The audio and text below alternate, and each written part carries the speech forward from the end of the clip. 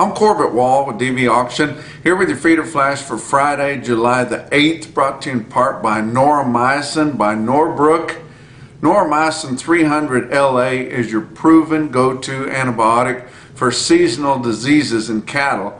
It also treats 33% more cattle per bottle than your 200 milligram per milliliter oxytetracycline injectables. For more information, go to norbrook.com.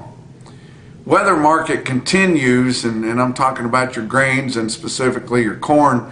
There's some places in the corn belt, especially on the western side, that are fairly dry, and they could use a drink. And we're not through this deal yet. I mean, we've got a good stand on that corn. It looks good in most places out there, and there's some places, especially on the eastern side, that's had plenty of moisture recently, and it's growing really well and everything's looking good. But we need a big yield out of this corn crop. We run our stockpiles down so much that we've really got to have a bumper crop this year, and we need a little more moisture to get us through, and a few more timely rains to kind of get this corn crop made. And it's kind of becoming a worry a little bit. Your corn was up marginally on Thursday, especially on your new crop, as those worries can kind of continue. But especially in the western side, and a lot of those feedlots receive high moisture corn delivered straight from the farmers there, and that's kind of a bonus for them. Because the farmers can bring in that high moisture corn, don't have to worry about getting discounted, taking it to the elevator, things like that. But it makes for some really good feed. But that's becoming a concern, or of course it has been. But it's kind of hitting us right here as we're getting into the dog days of summer. We don't want to turn off really dry and watch that corn wilt up and kind of fail us on this big year that we're really needing a bumper crop.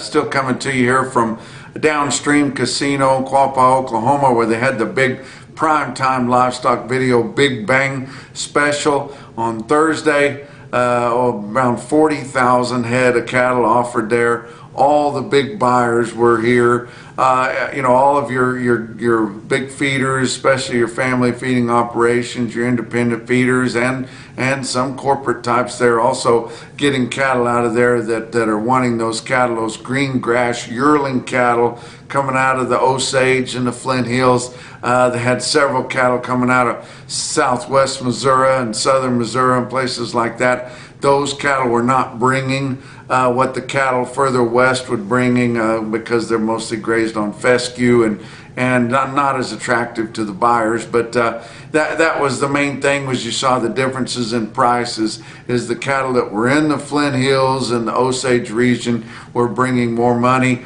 They sold a lot of commodity cattle. Not that there's anything wrong with that, but a lot of those, put together cattle, colored up quite a bit. Some of them, a lot of them carrying a ticket ear, or maybe a little bit more, but still selling those commodity cattle and the steers $5 to $10 over what your CME cash feeder cattle index is. And for current and nearby delivery. But a lot of those 8-weight steers bringing in the high 160s into the low 170s. Like I said, that's sure $5 to $10 over what your CME index is on the latest available there.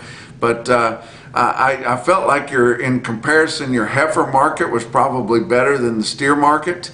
A lot of those heifers selling really well. I did see they had a few lots of spayed heifers on there. I didn't think that those spayed heifers brought quite the premium that they probably should have. But the heifer market was really good, and I mean, active bidding on the heifers, and a lot of long strings of cattle on there, both steers and heifers. Some of those strings, nearly 2,000 head at a time. But we had active bidding on the internet through DV Auction. Sold nearly 40 lots online there. Had 11 different online buyers there buying those long strings of cattle on the video. Primetime livestock there. But one stick out deal that I want to give you was a long string of heifers, which I thought was probably the top sale of the day.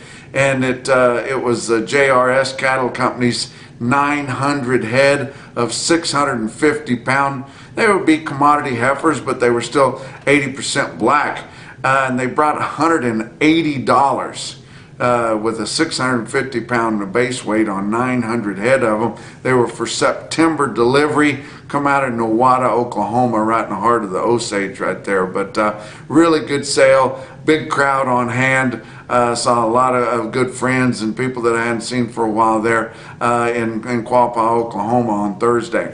Let's talk about your board on Thursday. August live cattle futures are up a nickel at 134.55. That is still a way big discount to what even the Southern Plains is bringing at 137, but especially the Northern Plains was just, $10 to $12 higher than that. October live cattle futures down a dime at 139.85. Your back months on live cattle were up 7 cents to up 42 cents. So not a lot of change in your live cattle pits there. August feeder cattle were down 82 cents, and that was wholly due to your corn being a little bit higher there, but 172.47 on the settlement for August feeder cattle contracts. September was down $1.02 at 176.50. Your back months on feeder cattle were down 42 cents to down $1.05.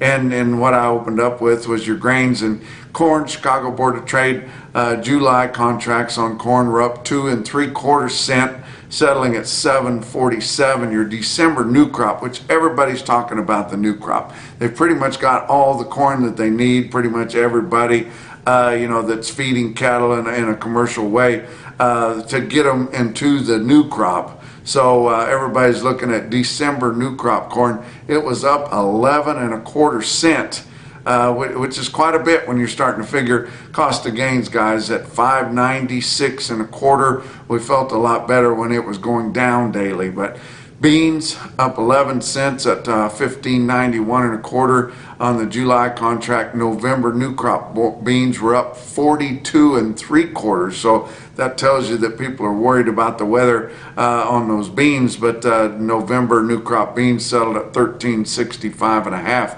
Kansas City hard red winter wheat were up 41 3/4 cents at 8.91.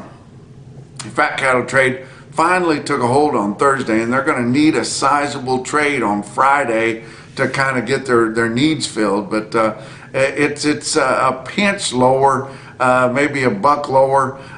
Even the Northern Plains where they're very, very current up there, and they've got the best cattle and the ones that their packers are wanting the worst, and they're paying a big premium to them.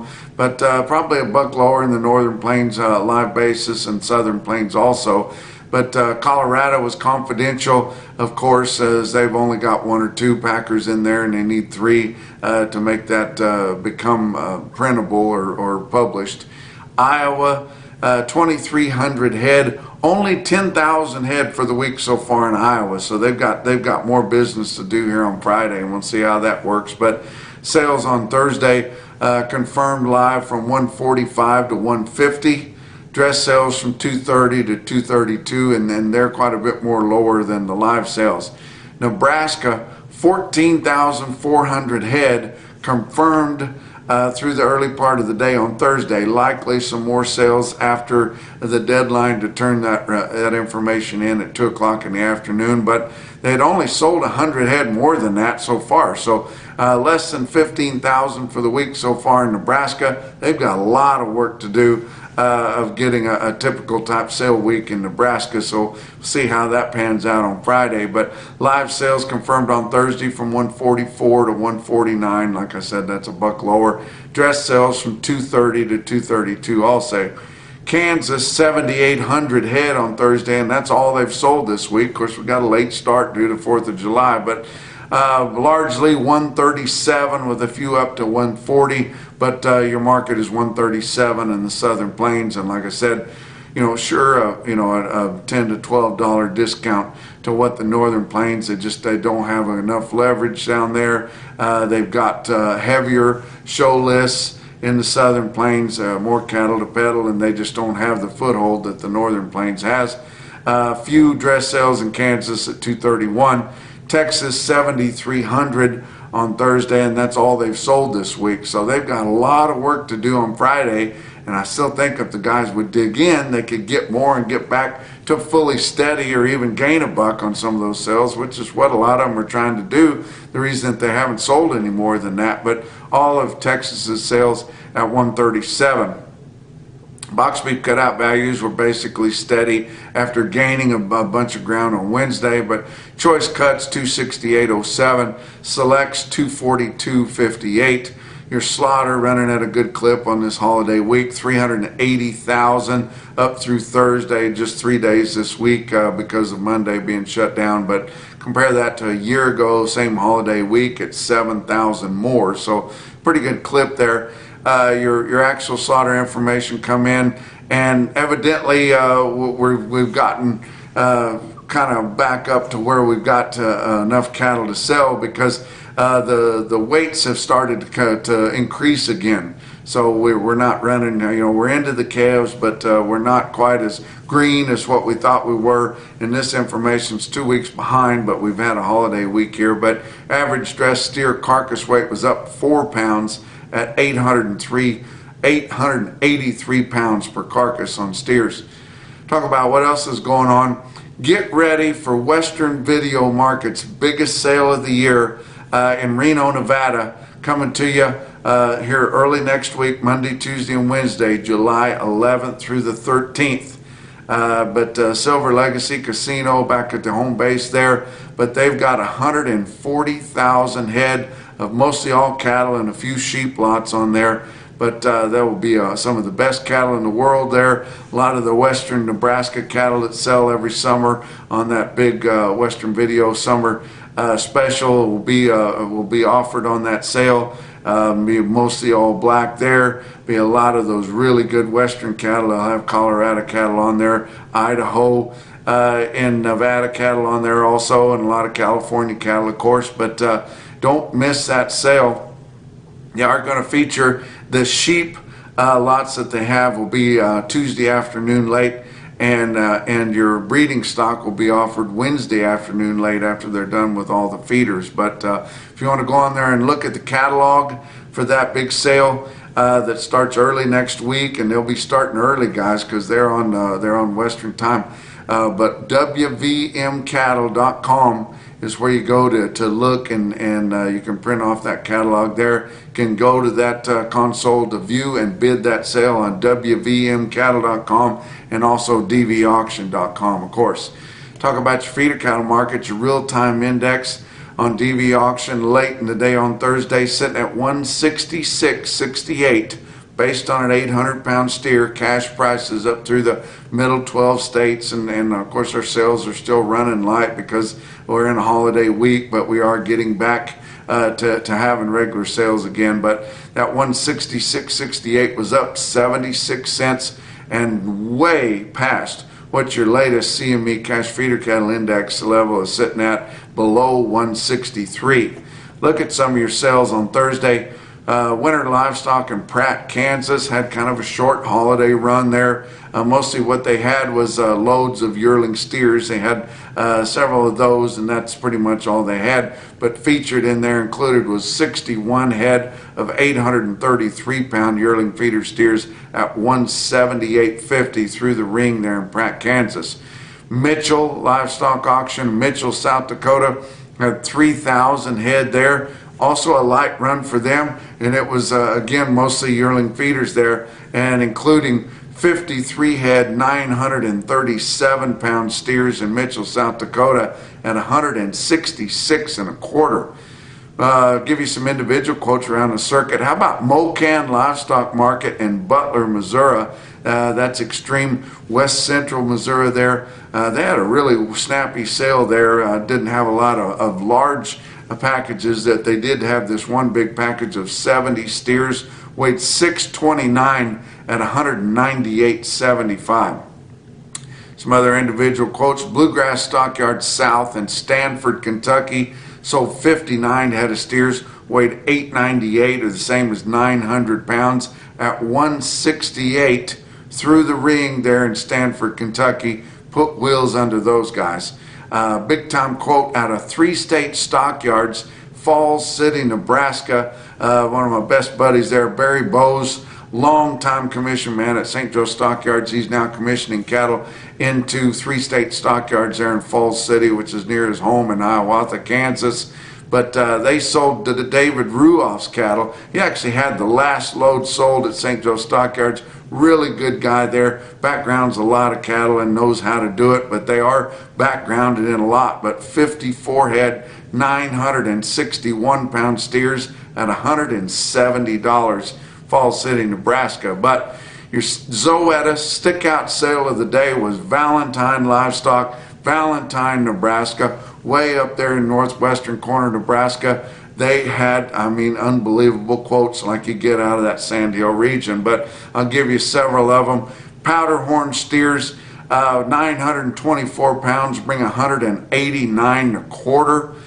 Simmons cattle there, black and black baldy steers, 860 pounds at 173.75. But the National Beef Wire top quote for the day come out of Valentine, Nebraska. It was the Gale cattle, 218 head of steers, weighed 772 at $212 a hundred. And that's your feeder flash for Friday.